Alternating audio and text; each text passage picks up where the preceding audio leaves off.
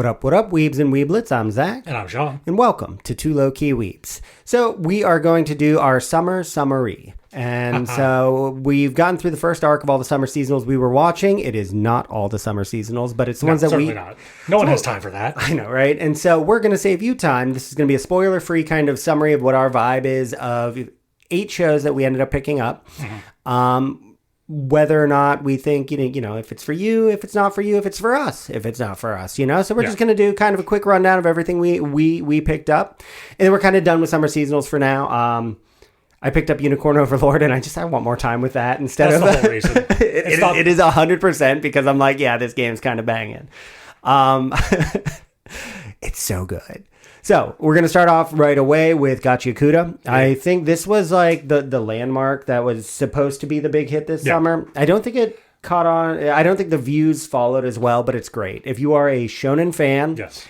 So the plot just follows a young man who lives in a dystopian world where everything is clean except he lives on the dirty end.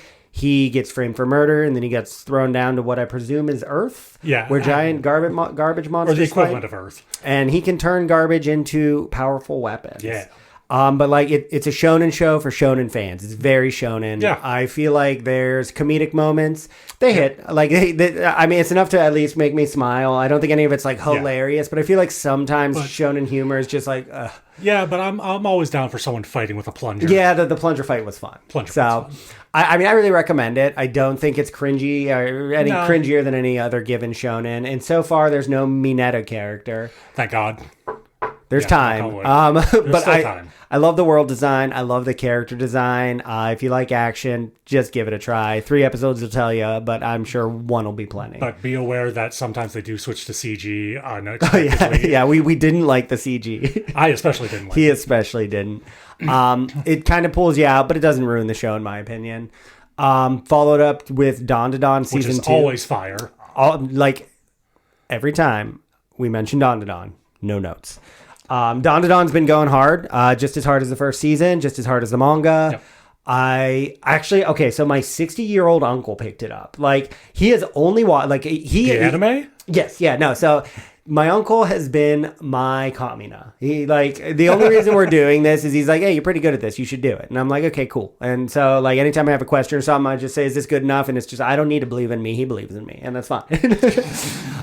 So all he's watched, though, is I got him to watch Your Name, and he loved it, and I got him to watch Full Metal Alchemist, which is, like, that's my introduction one. And those are 2 good standards. That's the one where, it's like, he's just like, he did the normal steps. I can't believe this is a cartoon. I'm like, that's because it's not. That's what I'm telling you. It's a medium, bro.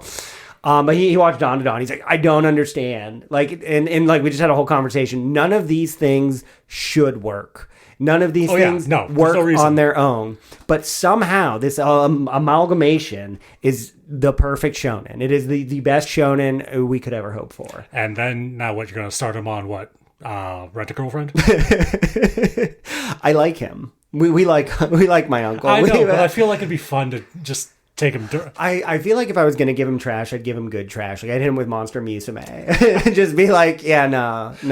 Just go full. This is me. So I personally picked up Clevatess, and if you're into fantasy and it's dark, there's a lot of death. There's a lot of it's a dark world.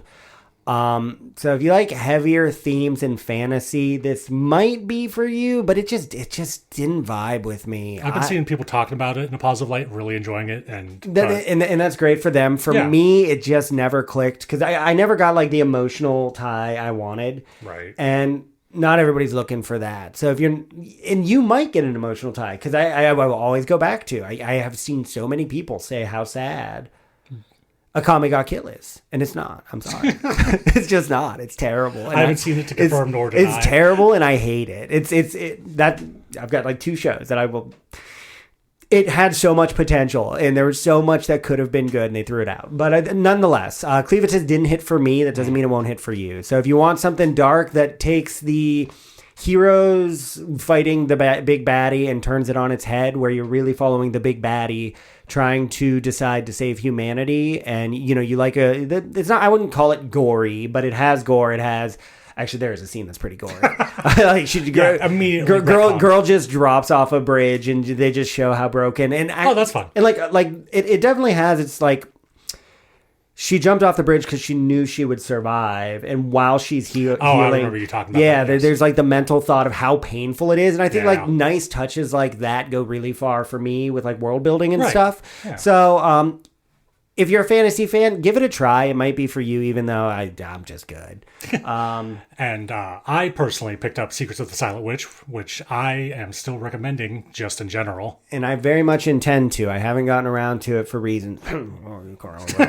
But, if you're about, it feels kind of slice of lifey at times, but there's still some, like, they just got into some sort of action scenes in like the 4th episode. Okay. And, so like, would you call it kind of like, because it seems like it's not super emotional, would you call it like Free Run Light kind of levels? Like, because Free Run is very slice of lifey, but it's also not. Yeah. And so I'm maybe not up to like the standard. Well, yeah, I mean, it's kind of like. Yeah, light in the like the real light sense, but also like if you're just down for like mystery solving in a school full of rich especially kids, with a fantasy setting.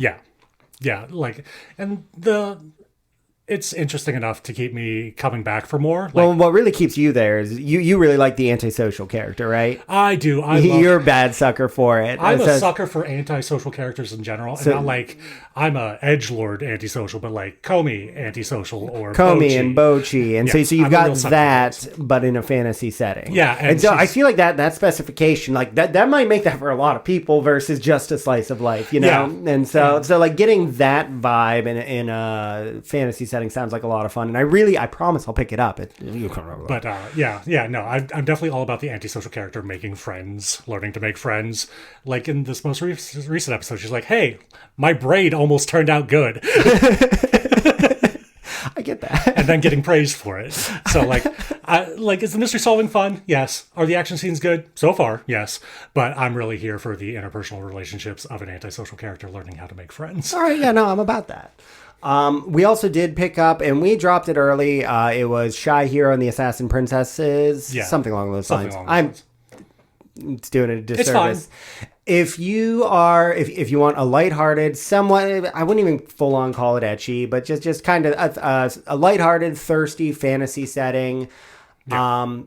That's just kind of it feels kind of episodic, but not really. Like they're driving towards a plot, but just it's a little trashy.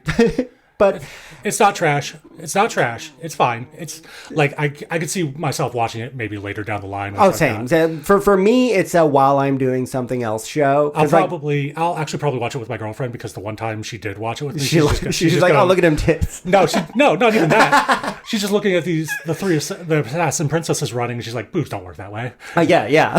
So I would just want to watch it with my girlfriend for the laughs, for the commentary. I honestly really enjoyed the main character's design, and I really enjoyed there's an assassin who's dressed up as a clergy member, and I don't know, man. I just say something about it. I enjoy good design. I liked it. What can I say? Religious trauma over here. On to our next. I'm a recovered Catholic. So Bunny Girl came out with a new season. I feel like this isn't even something like worth reviewing because I feel like if you're a Bunny Girl fan, you're a Bunny Girl fan. Yeah. Bunny Girl Senpai fan. Those are two different things, I suppose. Right. I mean, you can still be both. You can be both. You probably are. I don't know. But Bunny Girl continued. For me, it was probably the weakest arc so far, but I think it's a setup for a huge payoff, which Bunny Girl does well. Yeah. I mean, I stand my ground on I don't think they've beaten the first arc. No, but like I also didn't know what to expect with the first arc, so maybe that has something to do with it. That does have, well, I was like, I guess I'll watch his Gooner shit. And it wasn't Gooner shit. It's just like by the end of the first season, it's just bawling my eyes out. Invested. Why am I crying over this? So Bunny Girl is, you should start from episode 1. The first arc will get you hooked. But it's a romance with a lot of, I would call it is sci-fi? It's got definite sci-fi vibes. Sci-fi vibes where things like Freaky Friday happen, things like people disappearing, but like they not still really exist. Disappearing, but no one can see you, sort of thing. And then alternate timelines. They talk about a lot of alternate stuff. Future Girl happens. Future Girl. So it's got all of those, but those all just move the plot forward. But it's really just a romance with two very witty, smarmy main characters that I just love. Maya and Sakata Maya is smarmy, isn't she? Oh my god, yeah. Yeah, absolutely, dude. And she's the only person who regularly puts him in his place. Yes. And it's not just because he's a simp, it's just because she can. Yes. They're they're one of my favorite couples, and they're two of my favorite just main characters in any media that I've watched. So I really strongly suggest picking up the first arc of that. That's 3 episodes. Also, if you're a wife guy, pick it up. Pick it up, because Sakata's they're not married yet, but he's a wife guy. They've got a marriage certificate as a goal. They do, yeah. As a motivator. As a motivator. Yeah. So yeah, he's definitely a wife guy, and it's really adorable. And then another continuation would be Dress Up Darling. This one's a little niche. I don't think it's niche. I think it's really popular. It's actually a seinen. Yeah, something like which I thought bad with classifications of these things. Well, but being a seinen just means that it's in a certain magazine, but it's a romance about cosplay. Cosplay is the core theme. This is season 2. Yep. Season 2 is so far, I think, at least better done than season 1. Yeah. First season was not bad by any stretch. It was great, honestly. Like, it hooked me. It got me reading the manga. But they took it up a notch with this one, like, especially with the art direction. Mm-hmm. Everything feels intentional, and everything just feels better. So if you've watched... It's just better. Absolutely. If you've watched the first season, definitely come for the second. Yeah. But it's just a nice romance. I like it. And a lot about hobbies and inclusion and self-acceptance, which might sound a little, I don't know, what's the word? Woke. but they're all good themes. It's a feel-good show, and it's about all those things, and it also has a deeper dive into just like what goes into cosplay. And which is fun. I always have fun learning about something new via anime, especially like when they really explain it. When it doesn't go into like super detail, like the mathematics of it or anything. But like this is how you sew. This is what they do. This is how they shop. Things like makeup, how they do it, taping your face to change how your face. There's a lot of like. I like learning. I'm not smart. Unless you know how much work these people actually put into there. Yeah, no, it's great. And then so just the final one, and this was my still top pick for the season so far, and that's Takopi's Original Sin. It's the top pick for me too, and I hate it. Yeah, Shawn said he wasn't going to finish it, and then he still watched it. Like he said he was going to drop it because it's just too much. It's so good, and I hate it. So I don't hate the show. I like the show, but I hate that it's so good. I know, because you don't want to watch something like this. I don't want to watch it. It's a very heart-wrenching show. It's heartbreaking, and it's a very hard watch. It puts you through the grinder every episode. It does. So like this show is not for you if you are not okay. Like there's trigger warnings before the episode. Yeah, heed them. So if don't let your children watch it. Absolutely not. There's very heavy themes, and it's a very hard watch. But if you like a really intense drama with a lot of mystery as to like it's not really mystery. It's more just the building drama of what's going to happen next, and it really is for such a slow show.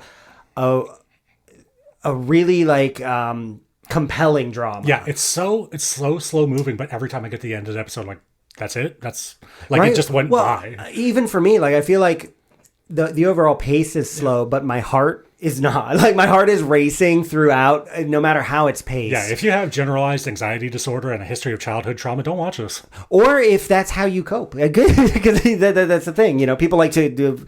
I kind of like with scary movies. Studies have shown that people with really high anxiety like scary movies because you have control over your anxiety. Got it. And so that makes sense. You can kind of expose yourself to this feeling, but you're in control of it, which I always think is interesting. Welcome to Anime Therapy Talk with Zack and Shawn. Next week, we're gonna die. No, there's a bit that I probably would have gone too far for. So. But no, Takopi has been amazing. I love the worst ways. The opening is really fun, and the opening really tells you a story that's not going to happen. It's just not going to happen. The story that the opening tells you is of an alien coming and making people friends, and this story is like deeply about children dealing with trauma and just... You just watch our first episode 1 of Summer Seasonals. I go way more in depth about how this show made me feel. It has been astounding. It is incredibly well done. It makes you feel uncomfortable and it makes you feel feelings. And that's what I was looking for with this. You were looking for. Yeah, I know. And then I hooked Shawn. I cannot recommend Takopi enough. if that is your jam. You know, like if you are okay with a very hard, heavy themed drama, it has just blown me out of the water. The theme is weird. It doesn't sound like it makes sense, but it does, and it just works. And like what you said with the opening of the story, you know it's not going to happen. By the 5th episode, which I just watched yesterday, the story that wasn't going to happen always wasn't the story that he was trying to make happen to begin with. So it's like that's the one thing that has been consistent about this show. Wherever you think things are, it was a lie. If they've given you some false sense of comfort, it was a lie. Yeah, I don't even know what's happening right now. That's our summary of the summer seasons we've watched. We'll probably do a deep dive, especially on Takopi once it's done. Yeah, and probably Dandadan. I wouldn't be. Oh, yeah. I mean, obviously, but if there are Dandadan stands over here, that we are Dandadan stands. If there's any that anybody wants us to do a deeper dive on, especially once they're done, or maybe earlier seasons of anything, or maybe some hidden hits that if we missed any gems, just leave us a comment. Hidden that we're just too ignorant to watch. Yeah, they did not like it was advertised. Yeah. There was this whole thing that they advertised. We just chose to be the illiterate Americans we are. They were like, it doesn't exist because we chose violence. But yeah, no, if there's more you want to hear about, more you want to talk about, just let us know in the comments. Please don't forget to like and subscribe. It means a lot to us. It does. And until next time, let's keep it low key, weebs. Bye.